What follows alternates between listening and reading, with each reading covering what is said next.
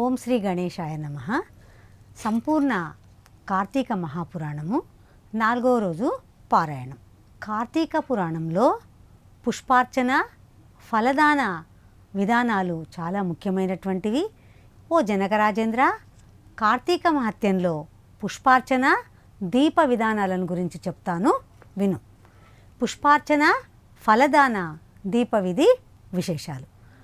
ఈ కమలనాభుడు అంటే శ్రీ మహావిష్ణువు ఎవరైతే ఈ కమలనాభుణ్ణి కమలాలతో పూజిస్తారో ఆ శ్రీ మహావిష్ణువు యొక్క సతి అయినటువంటి కమలాసిని అయినటువంటి లక్ష్మీదేవి ఆ భక్తుల ఇళ్లలో స్థిర నివాసం ఏర్పరచుకుంటుందని చెప్తారు.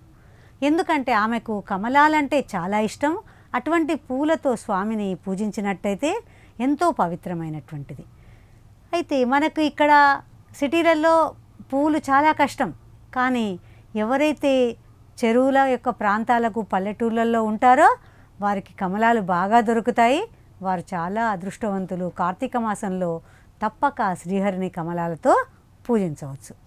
అంతేకాకుండా ఆ శ్రీహరికి తులసీ దళాలు, తులసీ మాలలంటే కూడా ఎంతో ఇష్టం.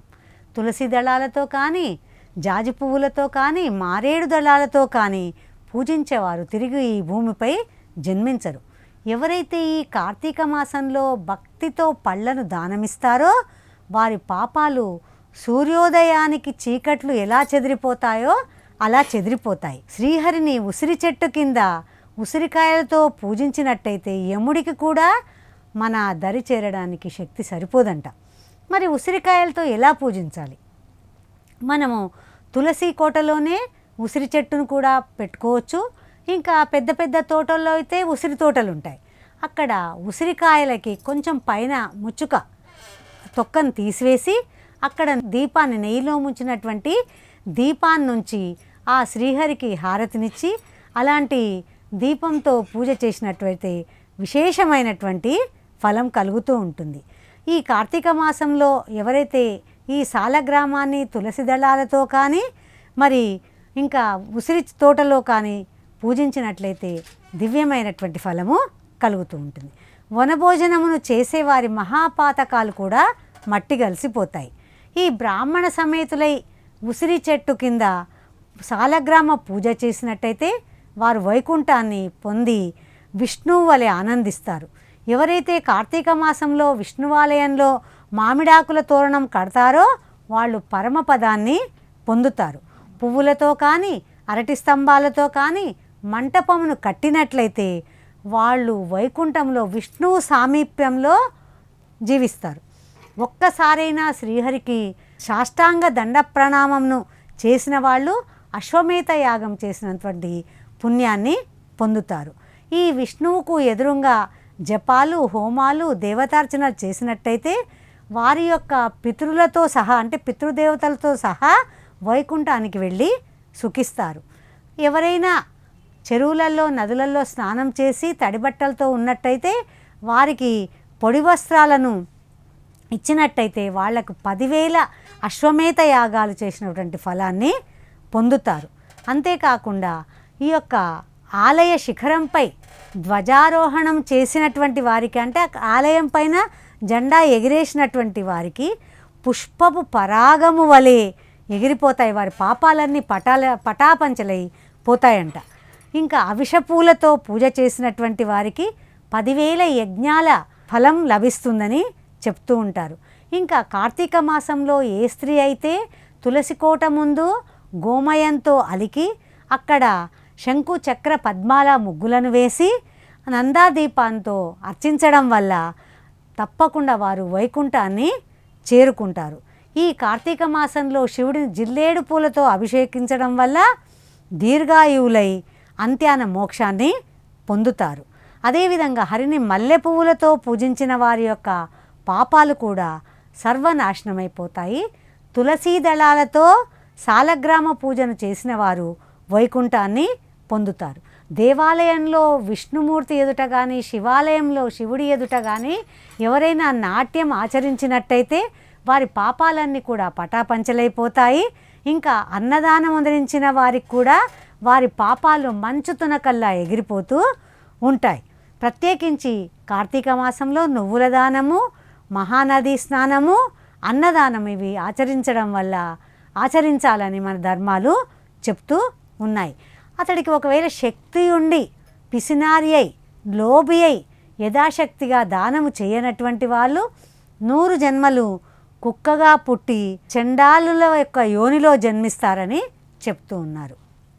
ఈ కార్తీక వ్రతం చేయని వారు మరుజన్మలో గాడిదలుగా పుట్టి తదుపరి 100 పుట్టుకలు శునక యోనిలో జన్మిస్తారని చెప్తూ ఉన్నారు. మీకు ఒక సందేహం కలగొచ్చు ఇక్కడ. ఎందుకంటే మరి ఎవరైనా గాడిదగా పుట్టడం కానీ శునక యోనిలో జన్మించడం కానీ చూసారా అని. కానీ వేదం పురాణం అనేది మనకు ప్రామాణికము. మనము తప్పకుండా మన హిందూ ధర్మంలో నమ్మాలి. ఎవరు కూడా చూసిన వాళ్ళు లేరు. కానీ సదాచారాన్ని ఎవరైతే ఆచరిస్తారో తప్పక శ్రీహరిని చేరుకుంటారని విశ్వాసం. ఇంకా శ్రీహరిని కదంబ పుష్పాలతో పూజించిన వారు సూర్యమండలంలోనే నివసిస్తారని, ఎవరైతే అవిసె పువ్వుల మాలను శ్రీహరి మెడలో వేసి పూజిస్తారో వాళ్ళు స్వర్గాధిపత్యాన్ని వహిస్తారని కూడా చెప్తూ ఉన్నారు. తులసి దళాలతో అవిసె పువ్వులతో పూజించేటువంటి వనితలు కూడా వైకుంఠాన్ని చేరుతారు. తెలిసి తెలియక, అసలు కార్తీక మాసం అని తెలియకపోయినా కానీ, అనుకోని పరిస్థితుల్లో కానీ, కార్తీక మాసంలో కార్తీక పాడ్యం నాడు కానీ, పౌర్ణమి నాడు కానీ, అమావాస్య నాడు కానీ ప్రాతకాలంనే లేచి స్నానాన్ని ఆచరించడం వల్ల కూడా ఆ మాసమంతా కార్తీక స్నానం చేసినంత ఫలము లభిస్తుంది. శక్తి లేని వాళ్ళు చేయలేరు, తెలిసి కూడా చేయలేని వాళ్ళు ఆ మాసమంతా కార్తీక పురాణాన్ని చదివినా కానీ విన్నా కానీ అంతే సమానమైనటువంటి పుణ్యము లభిస్తుంది. ఎవరైతే కార్తీక మాసంలో తెలిసి కూడా హరిహరులను స్మరించకుండా ఉంటారో వారు 7 జన్మల పాటు నక్కలుగా పుడతారు అని మన పురాణాలు చెబుతూ ఉన్నాయి. అప్పుడు వశిష్ఠ మహాముని చెప్పినటువంటి మాటలకు సందేహము జనక మహారాజుకు కలిగింది. అతడు అడుగుతూ ఉన్నాడు, మరి వర్ణ సాంకర్యాది మహాపాపాలను చేసినటువంటి దుర్జనులు ప్రాయశ్చిత్తము చేసుకొననిదే పరిశుద్ధులు కారు. మరి అలా అని ధర్మశాస్త్రాలు ఘోషిస్తుండగా కేవలము కార్తీక మాస వ్రతాన్ని ఆచరించడం వల్ల సమస్తమైనటువంటి పాపాలు హరించుకుపోతాయని చెప్తున్నారే, వైకుంఠం చేరుతారని చెప్తున్నారే, మరి దాని యొక్క అర్థం ఏమిటి? ఎందుకంటే అత్యంత స్వల్పమైనటువంటి పుణ్యమాత్రం చేతనే గొప్ప గొప్ప పాపాలు ఎలా నశించిపోతాయి? మరి ఒక మహాపర్వతాన్ని గండ్రగొడ్డలితో నరికినప్పటికి కూడా అది పగలదు.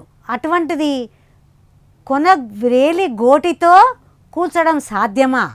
అంటే ఒక ఇల్లు దగ్ధమవుతుంది అనుకుందాం. అలా దగ్ధమవుతున్నటువంటి ఇంటి మీద ఒక చెంబుతో కానీ ఒక బకెట్తో కానీ నీళ్లు చల్లితే అది చల్లారిపోతుందా? అదేవిధంగా ఒక వ్యక్తి కొట్టుకొని పోతున్నాడు ప్రవాహంలో, అతడికి గడ్డిపోచ అతడికి ఆసరాగా దొరికితే అతడు జీవించి బయటికి వస్తాడా? ఇవన్నీ సాధ్యమేనా? కొండ చర్యలను కూడా ఒక లత ఆధారంగా కొండ చర్యల్లో ఉన్నటువంటి ప్రవాహాన్ని ఆపుకుంటూ అతడు తిరిగి మళ్ళీ జీవించగలడా? మరి ఇన్ని సందేహాలు కలుగుతున్నాయి మహర్షి. నాకు ఈ అన్ని దృష్టాంతాల దృష్ట్యా మహాపాపులైనటువంటి వాళ్ళు సైతం అతి స్వల్ప కార్యమైనటువంటి కార్తీక వ్రతాన్ని ఆచరించడం వల్ల పాపరహితులు పుణ్యాత్ములు ఎలా అవుతున్నారు? నాకు వీటికి సమాధానము చెప్పండి మహర్షి అని కోరాడు జనక రాజర్షి. అప్పుడు జనకుని ప్రశ్నలకు వశిష్ఠుడు జవాబులు ఇస్తూ ఉన్నాడు. ఎప్పుడైనా కానీ ఓ మహారాజా, ధర్మాన్ని సూక్ష్మంగా చింతించాలే కానీ స్థూల రూపంతో మాత్రం ఆలోచించొద్దు. ఎందుకంటే వేదశాస్త్ర పురాణాలన్నీ కూడా ధర్మ సూక్ష్మాలనే మనకు అందిస్తూ ఉన్నాయి. ధర్మ సూక్ష్మాల వలన కొన్ని పర్యాయములలో గొప్ప గొప్ప పుణ్యాలు కూడా స్వల్పమైనటువంటి ఫలాలను ఇస్తున్నట్టుగా, స్వల్ప పుణ్యాలు కూడా గొప్ప గొప్ప ఫలాలను ఇస్తున్నట్టుగా మనకు తెలుపుతూ ఉన్నాయి. ఈ ధర్మాలన్నీ కూడా గుణత్రయంతో కూడుకున్నటువంటివి. దీంట్లో సత్యగుణము, రజోగుణము, తమోగుణం.